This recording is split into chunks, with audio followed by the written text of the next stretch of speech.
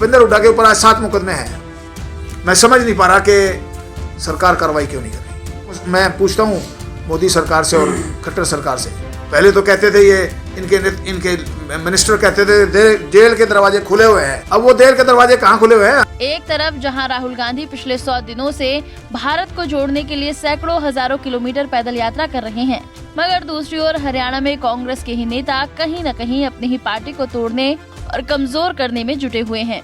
जी हाँ, ये है पूर्व मंत्री कृष्णमूर्ति हुड्डा, जिन्होंने पूर्व सीएम व नेता प्रतिपक्ष भूपेंद्र सिंह हुड्डा को खुलकर घोटालेबाजी और भ्रष्टाचारी करार दिया है। और कृष्णमूर्ति हुड्डा का ये हमला उस वक्त किया गया जब एक दिन बाद राहुल गांधी की यात्रा हरियाणा में प्रवेश करने जा रही है।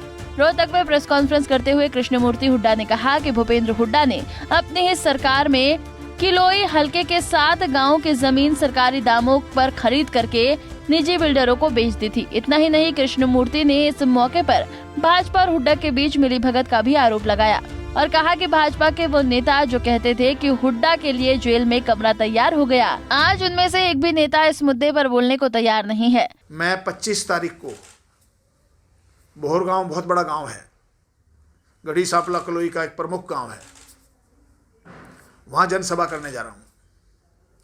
बोहर गांव के साथ साथ मैंने 6 तो लिखे हैं इसमें, लेकिन 7 गांव की जमीनों का अधिग्रहण हुआ था भूपेंद्र सिंह हुड्डा की सरकार में, और वो औने पौने भाव से खरीदी गई। और मेरे पास सरकारी दस्तावेज हैं, वो आगे 17 लाख में तो खरीदी और 70 लाख में बेची, उसमें बड़ा भारी घपला हुआ है और बिल्डरों को भी बेची गई वो ज़मीन। ये कभी हुआ नहीं कि सरकार ज़मीन खरीद के प्राइवेट बिल्डरों को बेचे। इस पे सुप्रीम कोर्ट का एक बड़ा स्ट्रक्चर है, बहुत बड़ा, सरकार के खिलाफ। तो ये बहुत बड़ा घपला हुआ है भूपेंद्र सिंह हुड्डा की सरकार में, किसानों को आज बर्बाद कर दिया। ये 7 गांव के किसान तो बर्बाद कर दिए, बोहर, गढ़ी भोर, माजरा, नौनंद, बलियाना, पैरावर, खेड़ी सात और कलावड़। तो इन गांवों की ज़मीनों किसानों को जो 4-4, 3-3 करोड़ एकड़ की ज़मीन थी, वो सिर्फ 17 लाख से 30 लाख तक खरीदी गई। तो इसको लेके हम जनसभा कर रहे हैं। हमने पहली जनसभा की, ज़बरदस्त जनसभा हुई और लोगों के दिमाग में ये आई कि हाँ, हम एक अच्छा काम कर रहे हैं। इसके अलावा और भी कई बातें हैं। भूपेंद्र हुड्डा के ऊपर आज 7 मुकदमे हैं।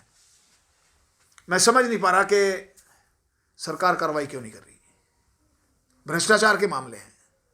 मेरा आरोप है सरकार के ऊपर कि सरकार की मिली भगत से उसके खिलाफ कोई कार्रवाई नहीं हो रही।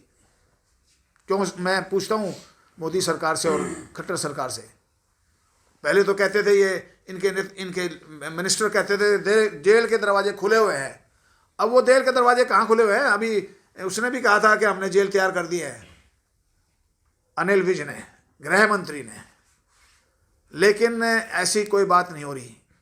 तो हम केवल मैंने नौकरियों का मुद्दा उठाया था मैंने, कि भूपेंद्र सिंह हुड्डा ने कहा था कि मैं रोहतक जिले में नौकरियों का किसी को बेरोजगार नहीं छोड़ूंगा, और आज हालत ये हुई कि 65,000 नौकरियां भूपेंद्र सिंह के राज में, जिनमें 20,000 नौकरियां के इंटरव्यू भी हो चुके थे, लेकिन ना तो वो लगाए जो 20,000 इंटरव्यू हो चुके थे, उनका तो सिर्फ उन्होंने नेट पे डालना था।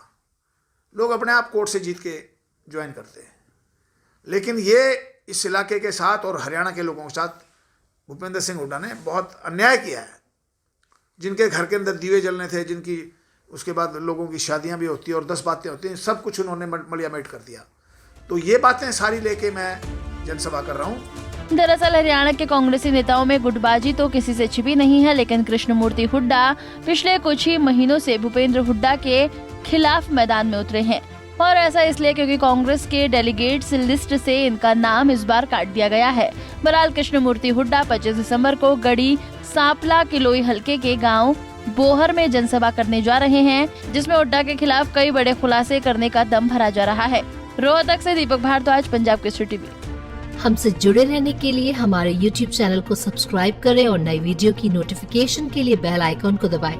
अगर आप ये वीडियो Facebook पर देख रहे हैं तो लाइक जरूर करें और ज्यादा से ज्यादा शेयर करें। धन्यवाद।